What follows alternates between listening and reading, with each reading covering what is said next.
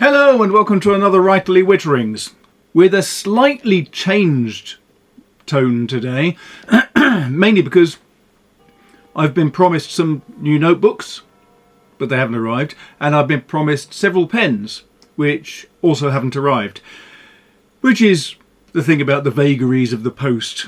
I'm also waiting for some other things, so I thought instead I'll tell you a little story. I've just recently been going through the process of updating the house insurance. It needs updating, but I have quite a few books.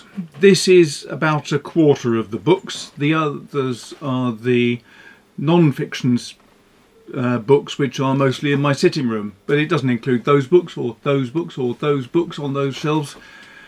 So I've got a lot of books, and most house insurers don't want to cover the replacement cost of all those books. I'm not surprised, really. So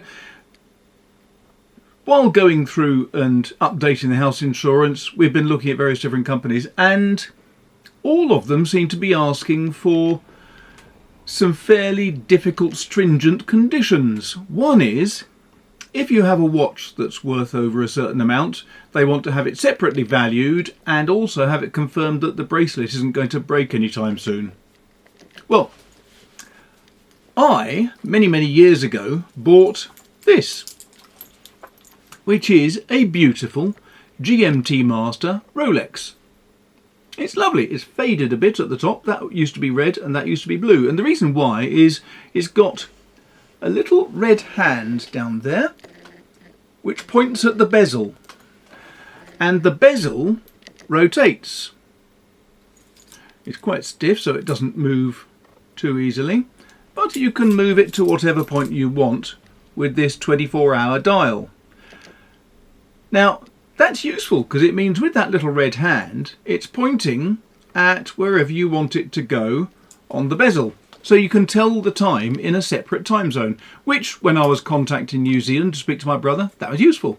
When I was working at Wang Laboratories and I had to phone Boston in the States quite often, it was useful. So this watch has been enormously handy. It's been on my wrist since I bought it in 1986. Why did I buy it in 1986? Well, I had a particularly good few months and I got some very good commission, and I thought, well, rather than just blowing it on a few cases of wine that'll get drunk, I'll buy myself something that I'll be able to keep hold of forever. And this is the result. But now the insurers want it to be valued. I took it into a shop yesterday in Exeter, nice town Exeter, and I spoke to the nice people at the shop, and they said, that's fine, if you leave the watch with us for 2 weeks, we'll put it in our safe and then it'll be valued in 2 weeks and you can have it back. I said, I'm not sure about that because I don't want to lose it for 2 weeks. I said, yeah, that's how we do it, I'm afraid. So I said, well, can't you make an appointment for me to come in 2 weeks and then look at it? And she said, no, that's not how we do it. What a ridiculous situation. And then she also said that the cost would be £60 plus 1.25% of the valuation. I thought, that's actually working out at an awful lot of money, and that's considerably more than I want to spend every year just so that I can get this house insurance sorted. So I went to another shop because one of the other things they said was, as I say, that the bracelet must be okay. So I took it to a Rolex dealer in Exeter and said, could you just give me a note to say that this bracelet, this metal bracelet, is unbroken and it's safe? And he said, oh, I don't know if I can do that. I said, why? He said, well, it's very floppy and it doesn't click loudly when you do that. And I said, no, because it's got this extra little lock because it's a Submariner bracelet, so it's perfectly safe. And he said, oh, I don't think I could sign to that. I said, okay, so what are you suggesting? He said, well, I think what we'd better do is buy a new bracelet for it. I said, fine, how much is that? £1,000, sir. I said, I'm sure you do think that's a good idea for me. I don't. So with the option of spending £1,000 plus 60 quid plus 1.25% of the value of the watch, I decided actually that's not very sensible. And then I started looking up how much a watch of this condition and this age should be on the internet, And to my horror, I discovered it's considerably more than £10,000.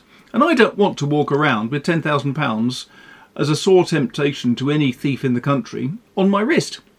So, sadly, this watch that I bought 36 years ago, yep, 36 years ago, and which I intended to have until I died, and which would then be passed on to my son, sadly is going to be sold.